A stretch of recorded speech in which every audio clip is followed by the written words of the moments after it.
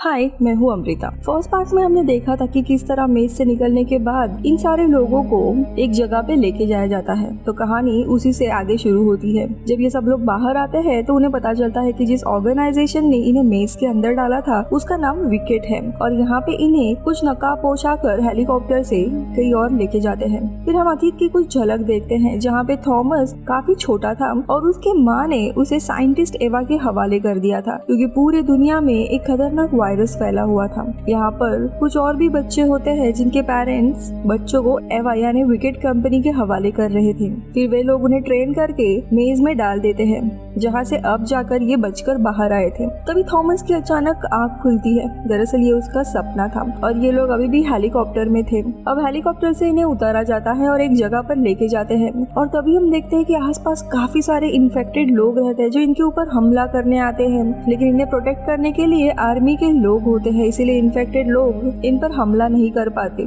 यहाँ इन बच्चों में Thomas, Teresa, Newt, Minho, Frypan पैन और विस्टन था जो सुरक्षित बाहर आ गए थे। यहाँ पर इनकी मुलाकात जेंसन से होती है जो सभी को बताता है कि तुम यहाँ पर पूरी तरीके से सुरक्षित हो और यहाँ पर और तुम तक अभी विकेट कंपनी पहुँच नहीं सकती जिसने तुम्हें मेज के अंदर डाला था, और ना ही यहाँ पे कोई क्रीचर्स यानी क्रैंक्स है। बाहर की दुनिया में जो वायरस है उसे क्रैंक कहा जाता है और जो भी इस वायरस से इन्फेक्टेड हुए हैं उन्हें फ्लेयर कहा जाता है। और जब पूरी दुनिया में वायरस फैल रहा था तब सब बच्चे भी उसी जगह पर थे जहाँ पर वायरस का सबसे ज्यादा प्रकोप था, लेकिन उन पे वायरस का कोई भी असर नहीं हुआ।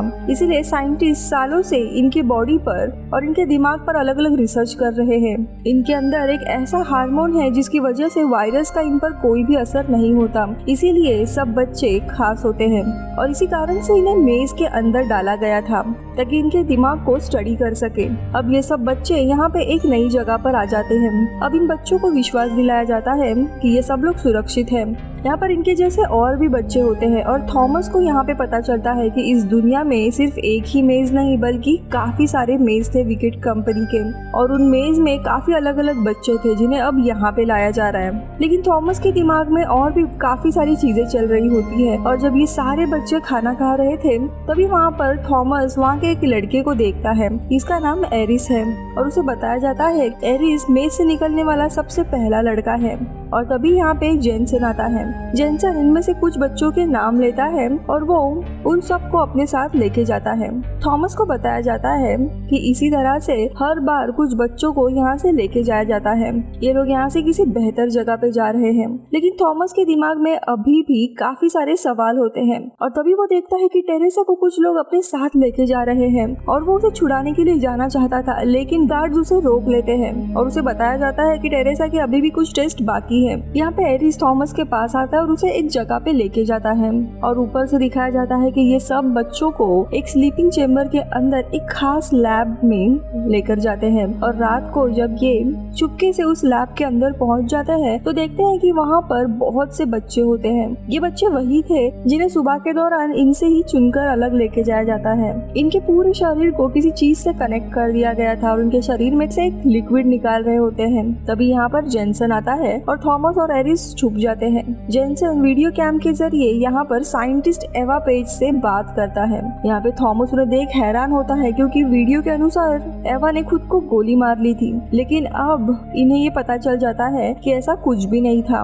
और ये भी विकेट कंपनी की ही लैब है। और जेंसन भी उन्हीं लोगों के लिए काम कर रहा है जिन्होंने इन बच्चों को मेज में डाला था। जेंसन एवा को बताता है कि हमें कामयाबी मिल रही है, जो भी हम टेस्ट कर रहे हैं वो सारे पॉजिटिव है। तो एवा कहती है जितने भी और बच्चे हैं उन सब पे भी टेस्ट करना शुरू कर दो। आगे एवा जेंसन को कहती है कि हमें कैसे भी राइट हैंड नाम के आदमी को पकड़ना है क्योंकि उसने ऑलरेडी इनके 2 जगह पर हमला कर दिया है। अब इसके बाद जेंसन कॉल कट करके वहाँ से निकल जाता है और अब थॉमस को पता चल जाता है कि ये जगह खतरे से खाली नहीं है क्योंकि सब लोग उसी ऑर्गेनाइजेशन से मिले हैं। थॉमस को अब अपने साथियों के साथ यहाँ से कैसे भी निकलना था और उसी की तैयारी ये लोग करते हैं। सबसे पहले वो टेरेसा को छुड़ाते हैं और इसके बाद ये सब के सब रात को यहाँ यहाँ से निकलने जाते हैं। जब जेनसन को ये बात पता चलती है तो वो अपने आदमियों को इन सबको पकड़ने के लिए भेजता है और थॉमस अपने साथियों को बताता है कि ये हमारी बॉडी से कुछ निकाल रहे हैं, हमारे शरीर में कुछ ऐसा है जो इन सबको चाहिए और इसीलिए हमें यहाँ पर कैप्चर करके रखा हुआ है। अब ये सब लोग विकेट के लोगों से छुप रहे होते हैं, तभी इनके ऊपर क्रैंक्स हमला कर देते हैं, यानी वही इन्फेक्टेड लोग जो ज़ॉम्बी बन चुके थे। लेकिन ये सब वहाँ से भागने में कामयाब हो जाते हैं। अब अगली सुबह ये देखते हैं कि पूरी दुनिया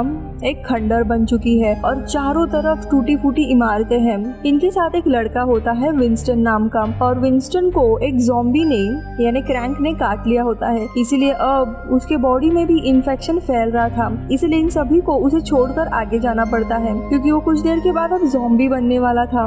तभी यहाँ पे काफी खतरनाक तूफान आता है और ऐसा भयानक तूफान धरती पर पहले नहीं आया था, यानी अब धरती पहले से पूरी तरीके से बदल चुकी थी। ये लोग भागकर एक जगह पे आसरा लेते हैं, लेकिन वहाँ पे काफी सारे ज़ॉम्बीज यानी क्रैंक्स होते हैं, उन सबको बांधा हुआ था। और तभी इनके पास एक लड़की आती है जिसका नाम ब्रैंडा था। ब्रैंडा इन सबको अपने लीडर जॉर्ज के पास लेके जाती है। अब वो इन्हें देखकर 3 सवाल पूछता है कि वे लोग कहाँ से आए हैं, वो कहाँ जा रहे हैं और मुझे तुमसे क्या फायदा होगा। यहाँ पे जॉर्ज और उसके लोग काफी खतरनाक होते हैं और जब जॉर्ज को इनकी असलियत पता चलती है कि ये लोग विकेट कंपनी से भागकर आए हैं तो वो इनकी मदद करने के लिए तैयार होता है। लेकिन तब तक यहाँ पे विकेट के लोग आ जाते हैं और इनके ऊपर हमला करते हैं।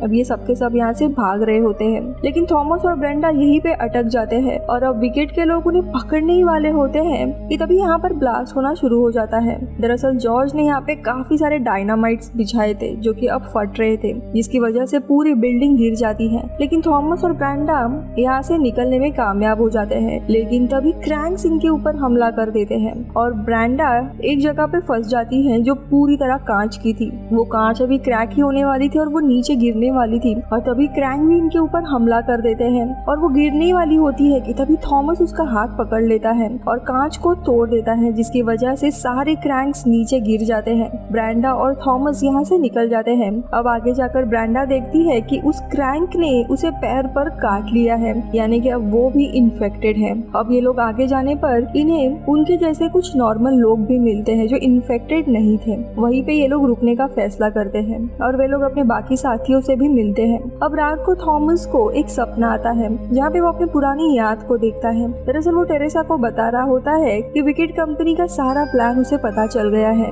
वो बस लोगों का इस्तेमाल कर रहे हैं और मैं लोगों को और मरते हुए नहीं देख सकता। लेकिन इनकी बातचीत विकेट कंपनी के लोग सुन लेते हैं और इसीलिए इन दोनों को पकड़कर मेज के अंदर डाला जाता है क्योंकि उन्हें विकेट कंपनी की सच्चाई पता चल चुकी थी। अब थॉमस और ब्रेंडा अपने पुराने लोगों से भी मिल जाते हैं और तभी उन्हें पता चलता है मार्कस नाम का इन्हीं में का एक आदमी विकेट कंपनी को इनकी सारी खबर दे रहा था। अब ये लोग मार्कस को मारते और आगे निकलने का फैसला करते हैं क्योंकि विकेट कंपनी के लोग यहाँ पे आ सकते थे। अब लंबा सफर तय करने के बाद ये चट्टानों के बीच से एक पुल को देखते हैं जहाँ पर काफी सारी पुरानी गाड़ियाँ होती हैं और जब ये लोग आगे बढ़ते हैं तो इन पर गोलियां चलना शुरू होता है। तभी ये लोग छुप जाते हैं। वहाँ पर 2 लड़के आती है और इन्हें अपने गन पॉइंट पर लेके आती है। अब इस ग्रुप के साथ एरिस भी होता है, ये वही लड़का जो सबसे पहले मेज से निकला था। अब वो दोनों लड़कियां एरिस को देख के काफी खुश हो जाती हैं क्योंकि वो दोनों भी एरिस के साथ उसी मेज में थे और ये बताती है कि हमें राइट आर्म्स ग्रुप ने बचाया था।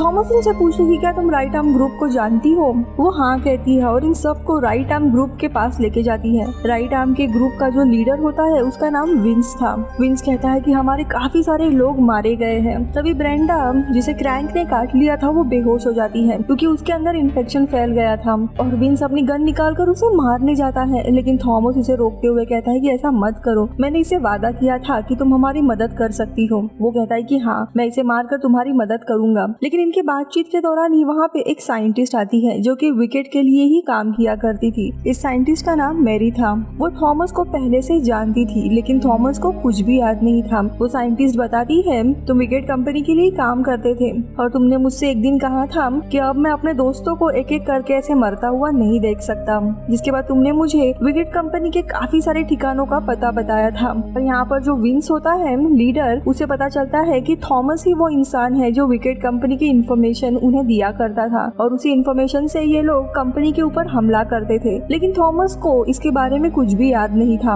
उसका कारण यही होता है कि विकेट कंपनी ने थॉमस की याददाश्त मिटा दी थी, जिसके बाद उसे मेज में डाल दिया गया था। अब ये साइंटिस्ट साइंटिस्ट थॉमस और ब्रेंडा को अपने साथ लेके जाती है और वो थॉमस को बताती है कि शुरू में विकेट कंपनी के इरादे काफी अच्छे थे। वो वायरस का क्योर ढूंढना चाहते थे और तुम में से ही कुछ ऐसे बच्चे थे जिन पर वायरस का कुछ असर नहीं होता था, क्योंकि तुम लोगों के दिमाग में एक अलग तरह का एंजाइम पैदा होता था जिसके वजह से तुम पर वायरस का कोई भी असर नहीं होता था और हमें इसी के ऊपर रिसर्च करनी थी। तुम्हारे खून से उस एंजाइम को अलग करके इन्फेक्टेड लोगों के इंसान में वो इंजेक्ट करना था, लेकिन इस एंजाइम को बना नहीं सकते थे, इसीलिए तुम्हारे बॉडी से ही उसे निकालना पड़ता था और यही कारण था विकेट कंपनी बच्चों के अंदर से उस एंजाइम को निकाल रही होती है। इसीलिए उन्होंने सबको एक लैब में रखा था जहाँ पर टेरेसा भी थी। इसीलिए उनके शरीर में अलग अलग पाइप डाले हुए थे जो कि इनके बॉडी से एंजाइम निकाल रहे थे और इन लोगों के आखिरी सांस तक वो एंजाइम निकालते रहेंगे। और इसी कारण ने उस साइंटिस्ट ने जो थॉमस को ये सब कुछ बता रही होती है उसने विकेट कंपनी छोड़ दी थी, क्योंकि यहाँ पे लोगों को मार दिया जा रहा था। थॉमस और मेरी की ये बातचीत टेरेसा सुन रही होती है। अब इसके बाद थॉमस के शरीर से एंजाइम निकालकर ब्रेंडा के शरीर में डाला जाता है जिससे वो पूरी तरीके से ठीक होती है। शाम के वक्त में टेरेसा और थॉमस साथ थे। तभी टेरेसा बताती है कि मेरी माँ भी इसी वायरस से इन्फेक्ट हुई थी और मैंने उन्हें कमरे में बंद कर दिया था। मुझे लगा कि वो बहुत जल्दी ठीक हो जाएंगी, लेकिन ऐसा कुछ भी नहीं हुआ। हर रात को मैं उन्हें चीखते हुए सुनती थी,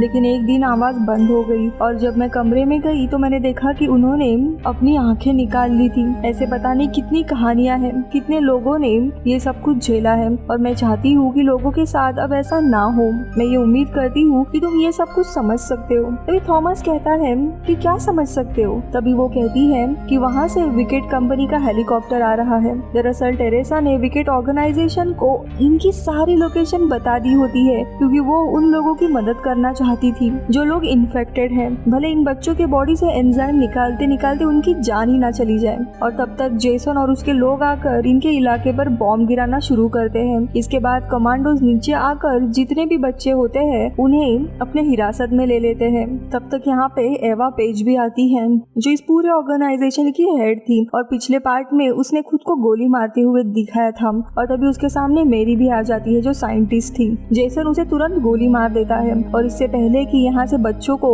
लेके जाए थॉमस अपने जीप में से बॉम्ब निकालता है जिसका रिमोट कंट्रोल उसके हाथ में था और वो कहता है मैं सबको उड़ा दूंगा और तुम्हारे इरादों को पूरा होने नहीं दूंगा, क्योंकि तुम सब लोग हमें यूज कर रहे हो। हमारे शरीर से एंजाइम निकालते निकालते हमारी जान लोगे। यहाँ पे थॉमस के साथ काफी सारे बच्चे खड़े होते हैं जो कि वायरस से इम्यून थे और एक साथ मेज में गए थे और वो सारे थॉमस के साथ थे। और इससे पहले कि थॉमस उस रिमोट का बटन दबाता यहाँ पर ब्रेंडा आ जाती है जो कि आज थॉमस के कारण ठीक हो गई थी और उसका साथी जॉर्ज एक गाड़ी लेकर आता है और फिर इन दोनों ग्रुप में काफी लड़ाई होने लगती है। और इसी चीज का फायदा उठाते हुए थॉमस और कुछ सर्वाइवर्स जिन्हें विकेट मारना चाहते थे बच जाते हैं, लेकिन एवा पेज थॉमस के बहुत सारे साथियों को पकड़कर अपने साथ लेके जाती है जिनमें टेरेसा भी थी जो खुद ही उनके साथ चली जाती है और मीनो भी होता है। थॉमस ने मीनो से वादा किया था कि वो उसका साथ कभी भी नहीं छोड़ेगा और ये बात सिर्फ मीनो की ही नहीं, क्योंकि थॉमस जानता है कि ये लोग कभी भी रुकने वाले नहीं है। इसीलिए यहाँ पर वो सभी सर्वाइवर्स को कहता है कि वो एवा पेज को मार देंगे,